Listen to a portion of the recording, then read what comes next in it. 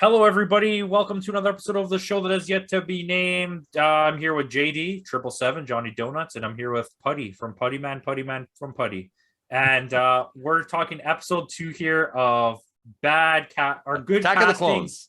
Yeah, Attack of the Clones. Good. That was good. Good casting from bad comic book movies. So movies that we think that they made the right choice, whether or not they did good in the role doesn't matter. In movies that the general public considers not good, whether we like them or not. So we'll jump into this, and I'm going to go first. And I'm going to say Scarlett Johansson as Silk and Floss from The Spirit. Also, another character that I don't understand why they've never tried to do more with The Spirit, but I think she was perfect for that role. I don't know if anyone's Fury and Black Widow in that movie. I don't know if anyone's ever read the comics, but she was a perfect casting for that role, and that movie sucks so hard. Yes, it does. There is nothing redeeming at all in that movie. All right, JD, go next. So because we ended the last episode with this, what Campo thought I was going to say, which was going to be on my list anyway, and that's Liam Neeson as Darkman. We have to get that one out of the way. Or as Jordan Peele would call him, Liam Neeson's. Liam Neeson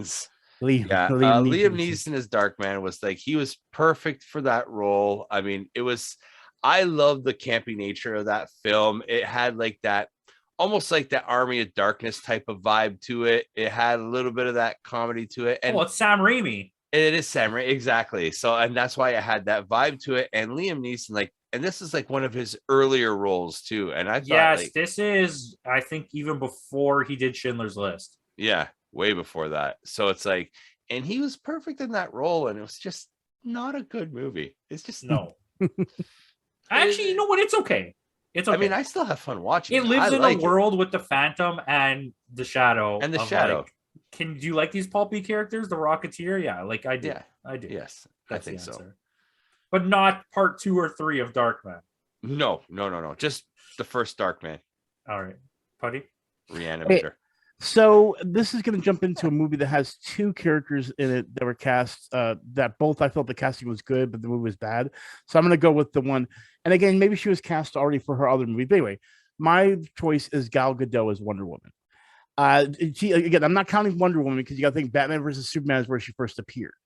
So technically, it was a bad movie with a good casting. Okay, but Wonder Woman is a fantastic movie. Yeah, yes. We're not talking about the only movie Wonder Woman. Yeah, that's what I'm saying. But that's like the Daredevil. Yeah, but she played Wonder Woman in this movie as well. Yes. I'm gonna give you this. But we need to establish a set of rules at this point. Yes. I mean, you get what I'm saying. Yeah. I mean, established, well casted, but again, it's just that movie was just a dog. She's a good choice. Yeah. Oh, is it me again? Yes. Yeah, I'm gonna stay away from the obvious ones here. Sam Rockwell as Justin Hammer. That's his name. Yeah, I was gonna say Van Hammer from WC. Van Hammer. I think he was such a good choice for that role. And Iron Man 2 is not a very good movie, contrary to what Putty believes. I want my board. Yeah. But the original Iron Man or the third one? Because I did not like the third one. The second one. It was okay. He only played, and I think that's the only movie that Justin Hammer's in, right? Yeah. Iron Man 2. What a waste of Sam Rockwell. Are you crazy? You have Sam Rockwell, and this is what you're doing? Oh my God. I don't even know. Back to the Green Mile. He just wanted a piece of that cornbread too. Yeah, he did. Oh man. Mr. Jangles ate it first. Mr. Jangles ate it first. Go ahead, JD. I am gonna go Liev Schreiber as Sabretooth. Finally, someone knocked something off my list. The good one. I'm mixed about that. He had the perfect look for Sabretooth. I liked it. The fact that they made them brothers, I did not like. Yeah, that was stupid. And just the movie in general. The movie was bad. I think the casting was good. I agree with that. That's a very good. That's what I've always thought. Why didn't they stay with him? Yeah, they could have kept Liev Schreiber in the other films, and he was probably one of the best parts of that film. Probably the best part of that film. In terms of acting wise, yeah, he was probably the best of it. I agree. Mm-hmm. Buddy.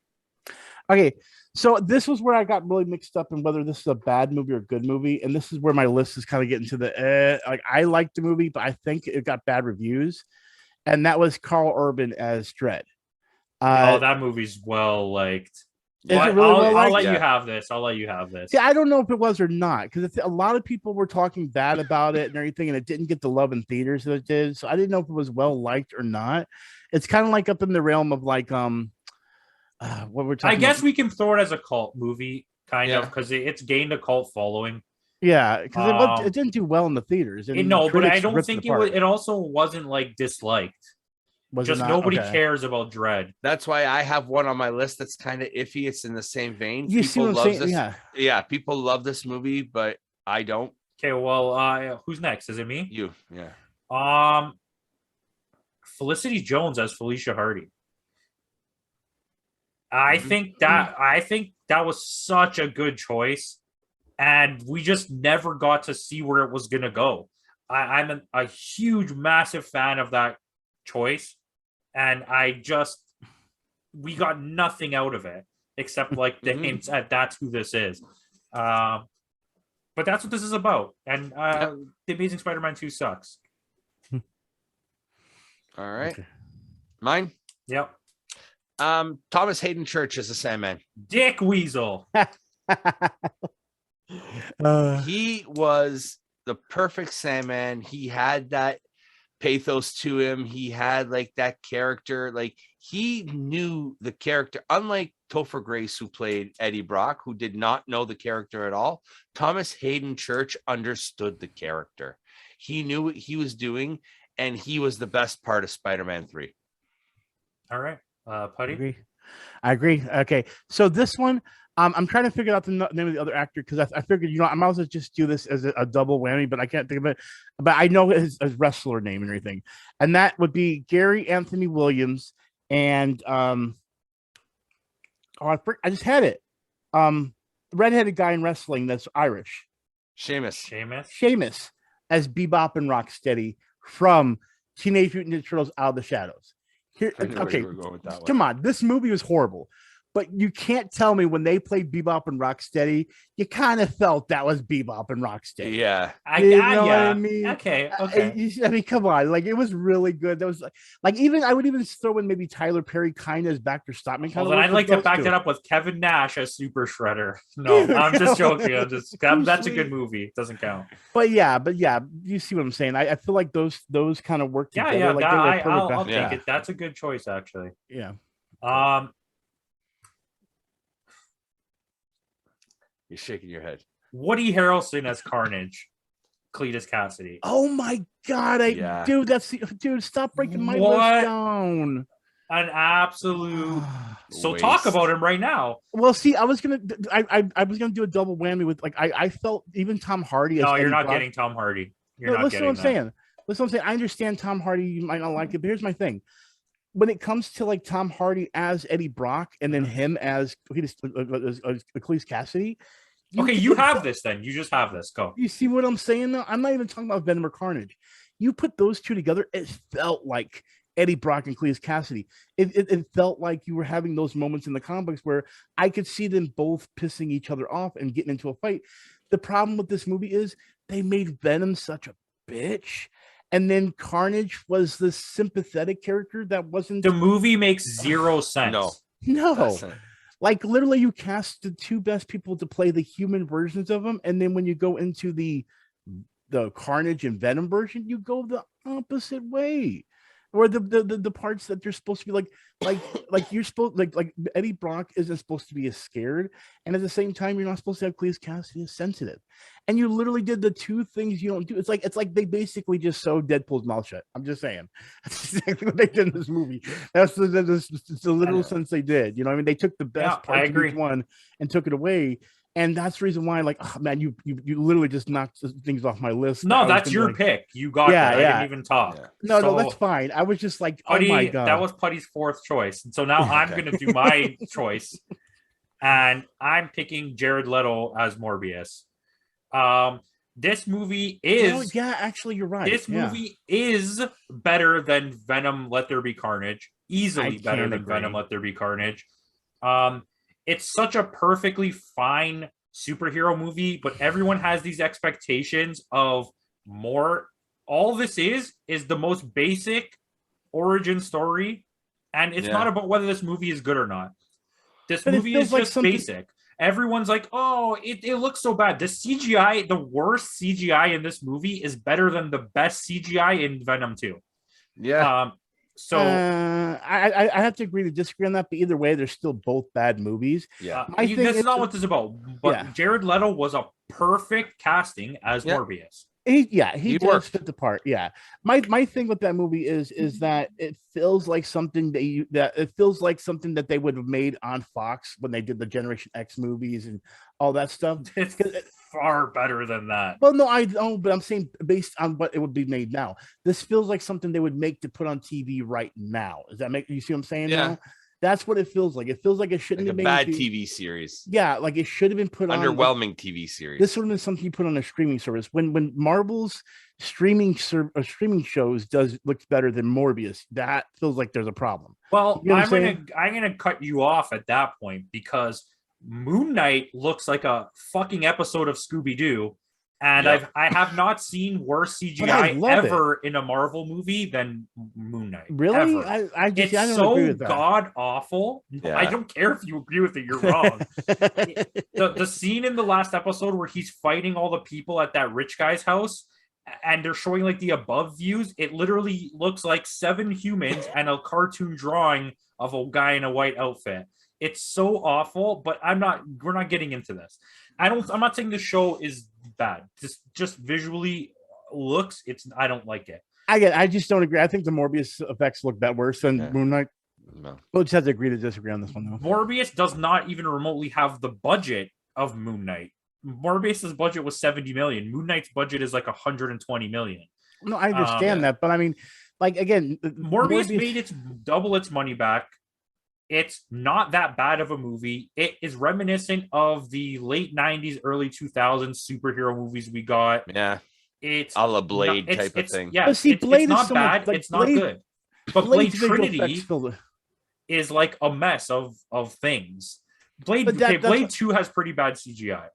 But like even Blade 1 and Blade 2, I mean, those are great movies in my eyes. Blade Trinity still feels better than Morbius to me. I think, look, and this is not a knock to you. This is fine. I think a lot of people are just not jumping on it because they want to be cool, or that's not what I'm saying. Yeah. It's sort of this train has been built of people just shitting on it, and everyone feels like. Sorry, while you guys talk about this, I'm just going to go cough out my lung. Just give me a sec. Everyone feels like everyone's just jumping on the fact that it's bad. And I think you're overlooking what's decent about the movie. I'm not saying it's a good movie, but it's perfectly fine. It's like a 5.5 out of 10. It's not a good movie. It's not that bad. People are way over berating it. It's just such a simple, dumb comic book movie that I don't understand why there's so much negativity around. I'm going to say this. You know how I review. I usually review things pretty high. I saw the movie again on that Thursday before any of the major reviews were going out. People shitting on it, doing the whole Morbius meme, whatever hashtag they were doing. I was not a part of that. That my review did not replicate on that. And you know me, I put movies high.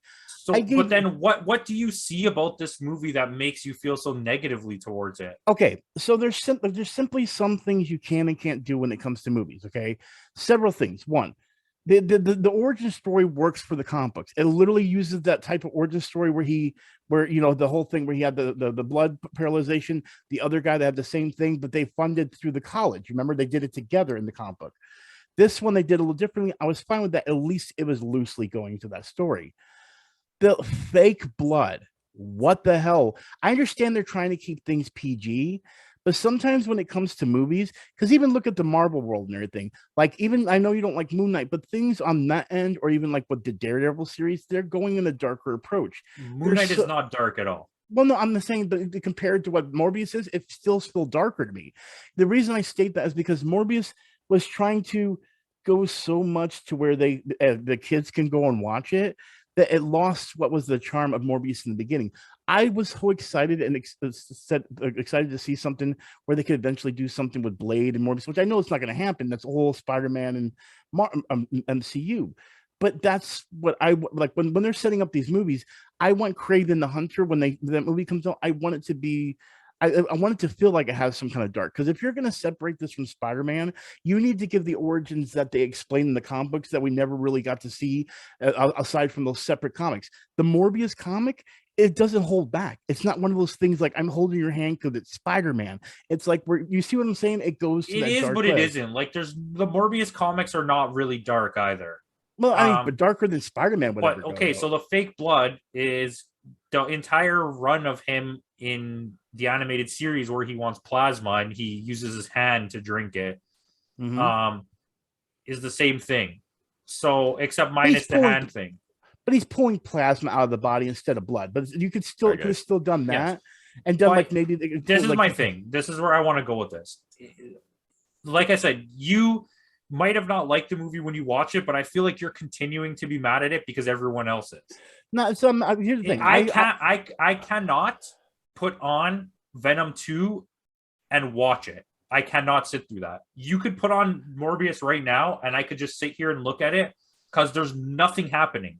It's just nothing. I can't sit through either. That's so simple. And I was coughing. I was listening to the conversation too. My issue with Morbius was the bait and switch. All these ads and all these trailers and all these promo spots. No Spider-Man mentioned at all. And no Spider-Man mentioned. You only get the cameo from Michael Keaton at the end, and it doesn't even make sense. And it shows him in the trailer talking to him, and they're not. It doesn't even happen. Like there's so many scenes from the trailer that are not in the film. And why do you make this trailer when that's a Zack Snyder the same thing that both Venoms did the same thing. Yeah. Well, no, I'm not sitting there saying the Venom movies are good, but comparatively, at least the first Venom is good. Yeah, but comparatively, there's at least some parts in Venom that, like, the humor of the relationship between the symbiote and Eddie Brock, I can enjoy that. You know what I mean? Here, I enjoy that they did go right on the plot of the original comic book, or at least closely related to it. And I do feel that he is a good Morbius.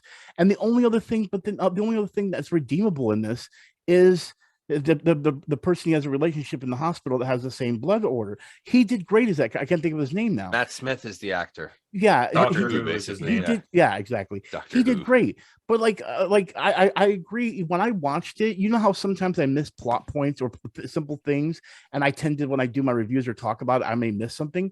For me to notice bad things in a movie, my first run of the movie, it's signs that there's something wrong. Like, for example, when he bit her and then she turned into a vampire, the whole tongue thing, that kind of stuff. There's so many different things I call, like, for example, again, spoiler alert, if you want to see Morbius, we are throwing. We don't care if you want to see it. Yeah, but anyway, but like, for example, even that stuff with Vulture. Okay, he turns up there. How did he get the Vulture suit? There's no Tony Stark here that we know of, and whether or not all that stuff even happened there.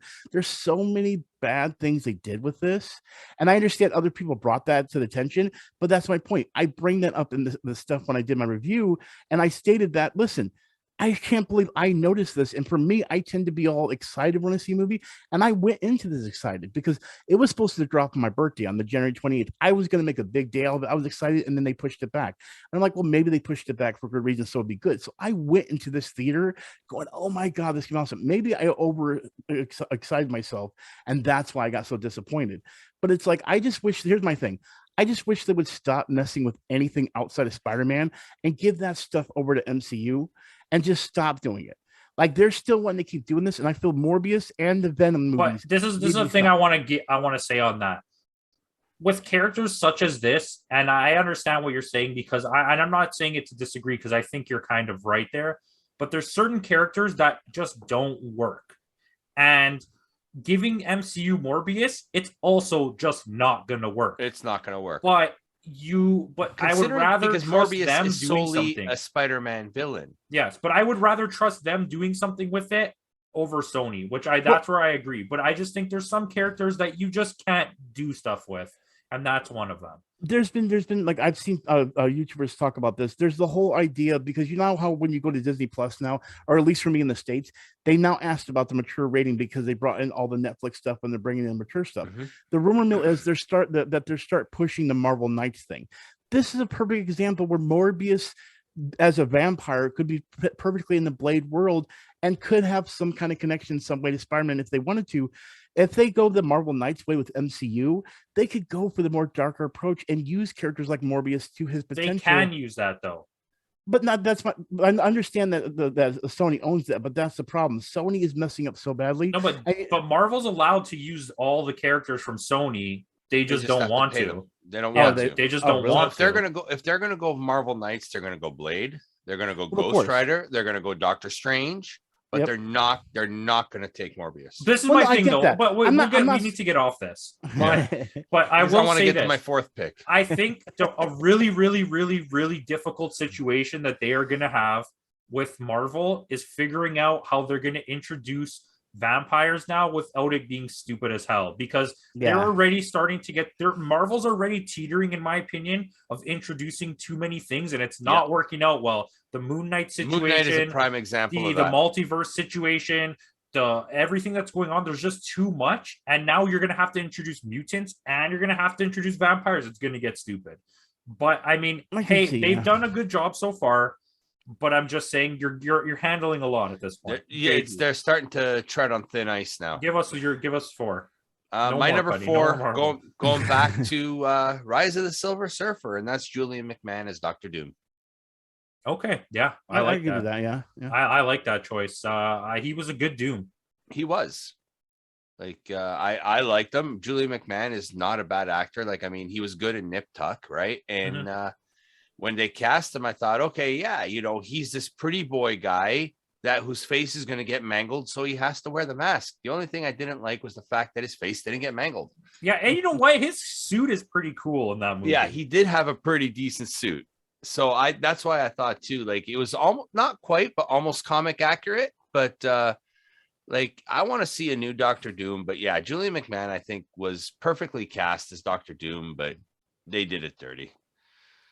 Putty, you want to give your last one or should I go? I can go. Here's the thing. This one is again goes right alongside the whole Gal Gadot thing, but this is my personal opinion. I think a lot of people didn't agree with me on this. But when they cast him, I felt it was right. I still think Ben Affleck was a perfect Bruce Wayne Batman. Yep. I mean, the thing is he pulled up the demeanor of both the charisma and as the Batman. And as Batman, and the thing is it's just the wrong film he was put in, and I feel like he was kind of gypped on that. When all these other, like, you should have put Ben Affleck in his own Batman saga, like they're doing now. He was the best of both worlds, and I think we all agree on that. He's probably the best Batman balance, and Bruce Wayne that there's ever been. He's not the best of either, but together, there's nobody who's done it better. And I agree with you. The writing for Batman in these movies is so like not understanding of the Batman character at all.